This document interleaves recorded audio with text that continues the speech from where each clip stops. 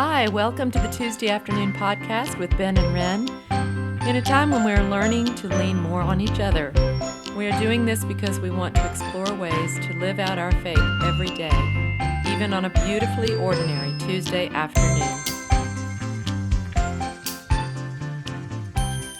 Hello and welcome to the Tuesday Afternoon Podcast with Ben and Wrenn. I am Wrenn. And I'm Ben. And we are really happy that you guys are here with us this afternoon.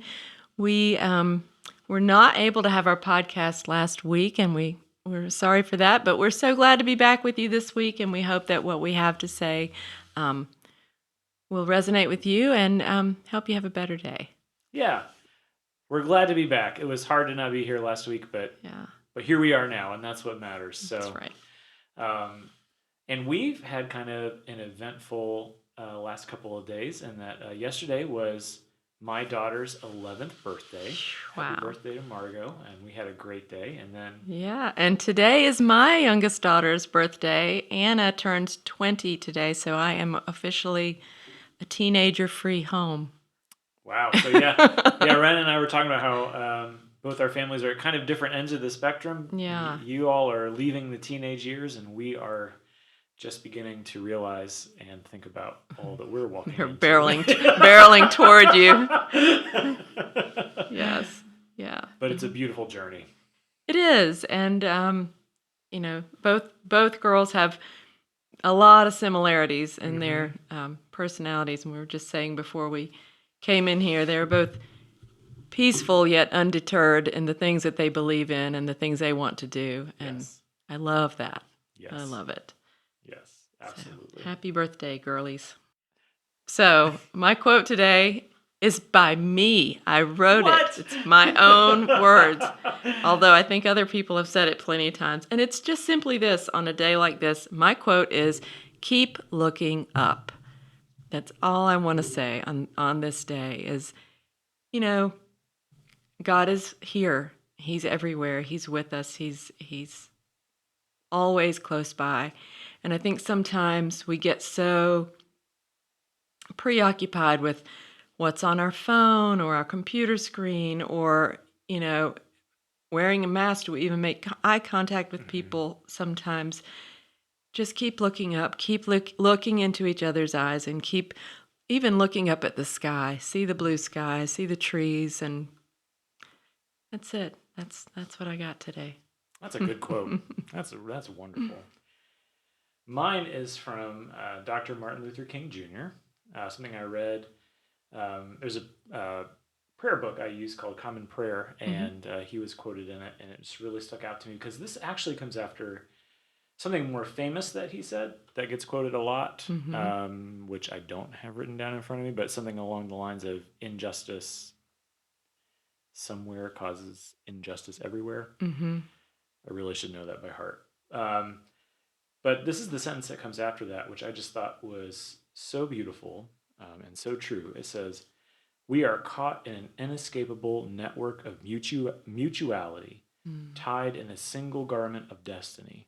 Whatever affects one directly affects all indirectly." Yep, that's so true. And I was telling Wrenn earlier, today is election day that we're recording this. Right. Today is election day. So you may be listening to this right now on Tuesday. You may be listening to this later on.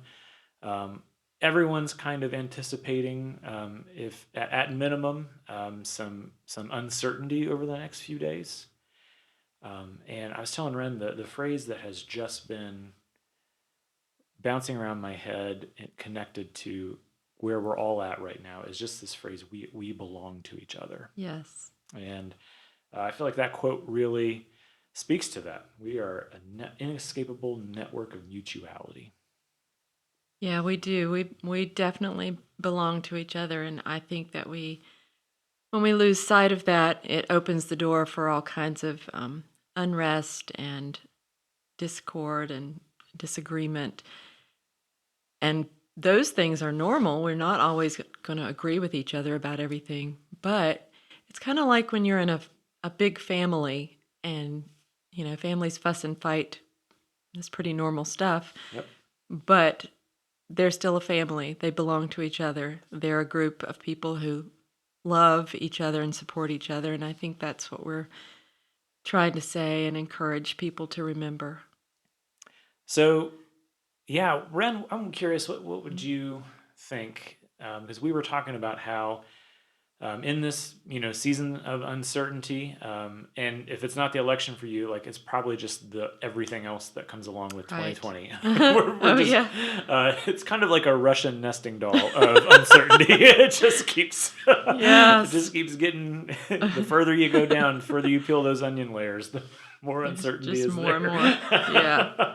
So this with this show, we've always said we want to provide helpful words along the journey of how we can live out our faith on a normal everyday Tuesday, and how we can be a source of light and joy and hope through this podcast. So, Wrenn, I'm curious, this specific and current season of uncertainty that we're in, are on the doorstep right now, what are you thinking about? What do you think is hopeful or guiding, or what's on your mind right now?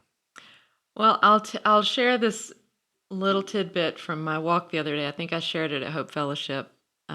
That just really encouraged me so much in the silliest way. I was on my little walk slash jog that I do, and the leaves were blowing around everywhere. It was kind of a breezy afternoon. And all our trees are bare. The leaves have pretty much fallen off of the trees for the most part, and they're brown and curled on the ends and a little crispy. And literally, as I ran along the one-lane bridge going up to our house, there were leaves that were running along beside me, in front of me, and behind me, and they were making noise. And it gave me hope because it made me feel like I wasn't alone. It made me feel like nature was kind of in my corner. And yeah, I think that we have so much to be hopeful about.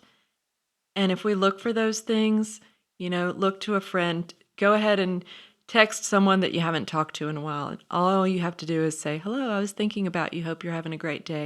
And you'll be surprised how good that will make you feel. Mm. And the person that you're texting, 9 times out of 10, it's going to really brighten their day too. So I guess I'm just seeing a lot of beauty in the little things of life, the little light that's coming in through the cracks, and that adds up to really good things.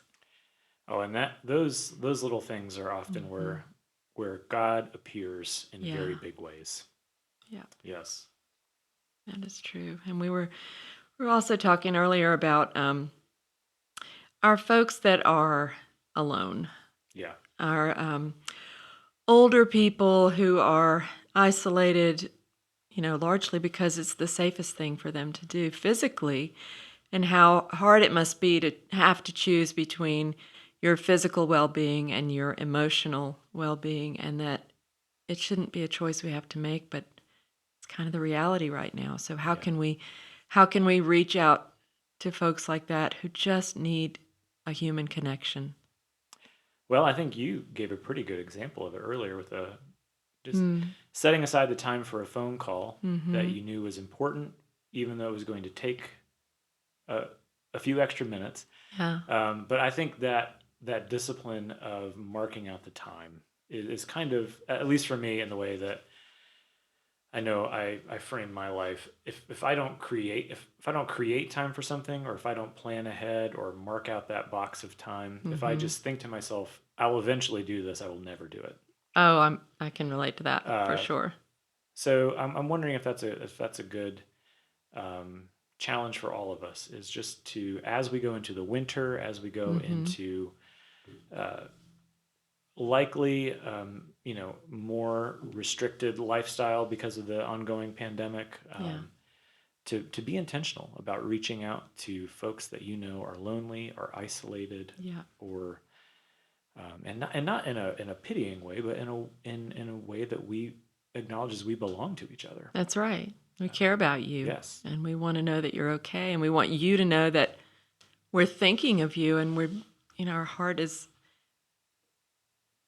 full, and Yeah, that we're all feeling heavy and that you're not Yes. alone. You may be physically by yourself, but you're not alone. And that I think is a message that needs to be spread time and time again every day. And we can wake up in the morning and just write down or, make yourself a little note. I am going to call so and so today, or I'm going to write a note to this Yep. person today and put it in the mail. Yes, the pile of letters that has never been sent Yeah. is Yeah. Just embarrassing in my life. Yep. I know it's a thing, but it's okay. And so yeah, maybe that's something we can concentrate on. It makes us feel better to have that intention set, and when we follow through, we're like, okay, good.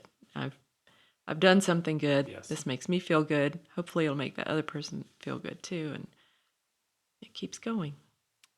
that's great.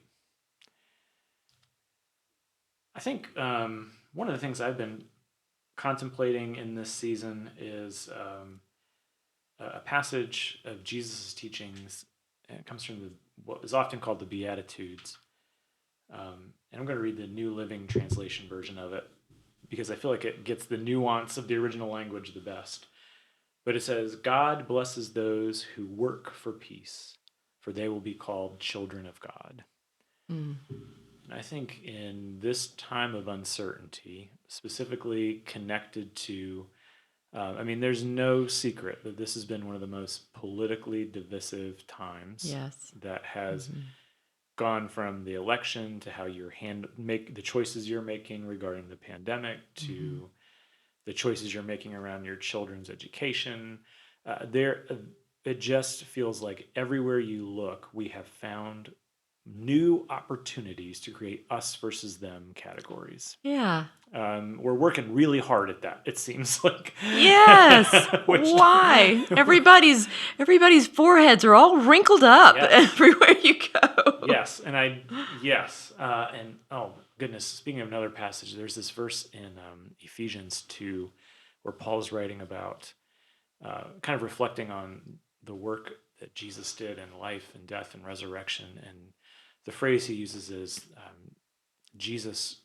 Um, so sorry, again, another quote that I should have memorized, but I don't. But the quote I remember is Jesus's death tore down the walls of hostility between us, Mm-hmm. and Wow. that.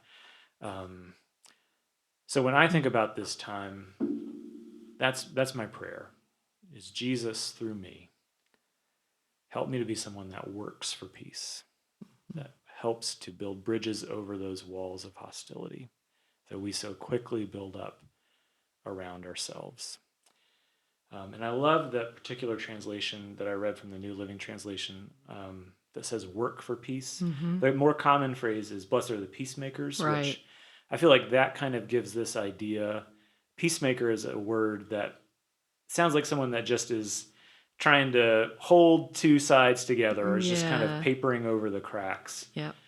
But goodness, peace takes work. Yes. True and lasting peace takes work. And it's often very difficult work that causes you to lay aside your own thoughts and opinions. Doesn't mean they don't matter. Right. Doesn't mean you shouldn't hold them, and it doesn't mean they shouldn't influence your values. But it also means that maybe it shouldn't build a wall between you and your neighbor that you are called to love. Yeah. I love the metaphor of the highway of many lanes. Mm, We all have a different lane that our opinions or our feelings are in. But as long as we're all sort of going in the same direction with the same general goal of peace and loving each other and belonging to each other, then it's okay if we don't all have the same opinions. But it is important that we all are working towards a greater good. yes. And it's okay if it feels like work. That's right. Yeah. Oh, yeah. It's not going to. Mm-hmm. I think that phrase reminds us it's not going to happen naturally. Yeah. And anything that takes that much effort and work can only be done through the work of God's Spirit through us. Yeah. It reminds me of the Mr. Rogers quote about I guess when he was a child and he saw something bad that had happened and he asked his mother about it and she said, always look for the helpers. There will always be helpers. And I Yes. feel that way about people working for peace. It's not always going to be pretty, but there is always good to see in every situation if you choose to look for it and be a part Yes. of it. Yes. Those are some good, hopeful thoughts for Election Yeah. Day. I know even just talking about them here um, is life giving. Yeah, I agree. It's been very helpful for me on this day. And so, um, song time? It's song time. Song time. Okay, so my song for the day is in honor of our birthday children. It's called The Circle Game by Joni Mitchell. And it's a pretty happy song, but it's also very sentimental, and yeah, it's a great song for, and there's a verse in the song. The last verse starts out, it's about a boy, but it could be about boys or girls. And now the child is 20, and then it goes on. So that for me is special because Anna turns 20 today, and it's Nice. in such a circle. It goes quickly. Yes, it does. Oh. Yes, it does. Well, I didn't have a happy song today until Wrenn actually texted me a couple hours ago and recommended a song. And so I listened to it, and I think it's my favorite song now.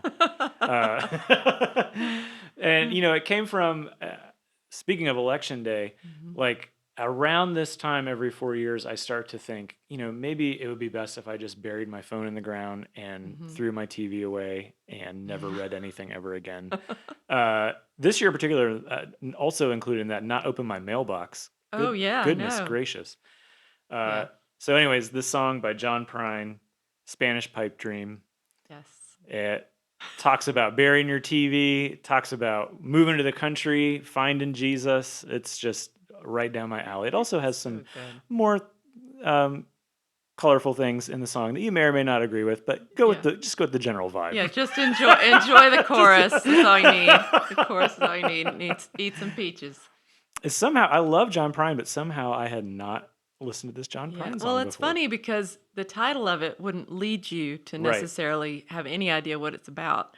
And I think that's sort of one of his MOs. Yeah. But I actually heard Robin Cater play it several years ago, and I sort of got turned on to it then. And yeah, it's a good one. Awesome.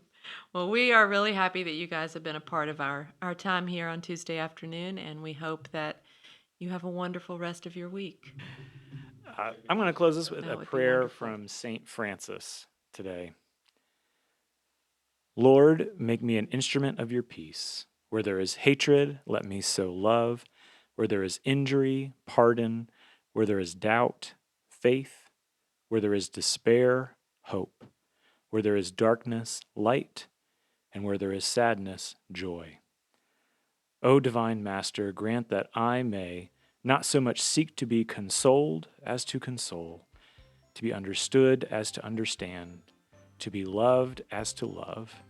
For it is in giving that we receive, and it is in pardoning that we are pardoned, and it is in dying that we are born to eternal life. Amen. Amen.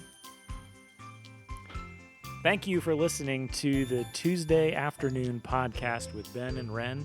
If you'd like to keep up with us and see when all the new episodes come out, you can subscribe to this podcast anywhere that you get podcasts, or on our Facebook page or our YouTube page. And we even have a brand new Instagram page, which is at Tuesday Afternoon Podcast.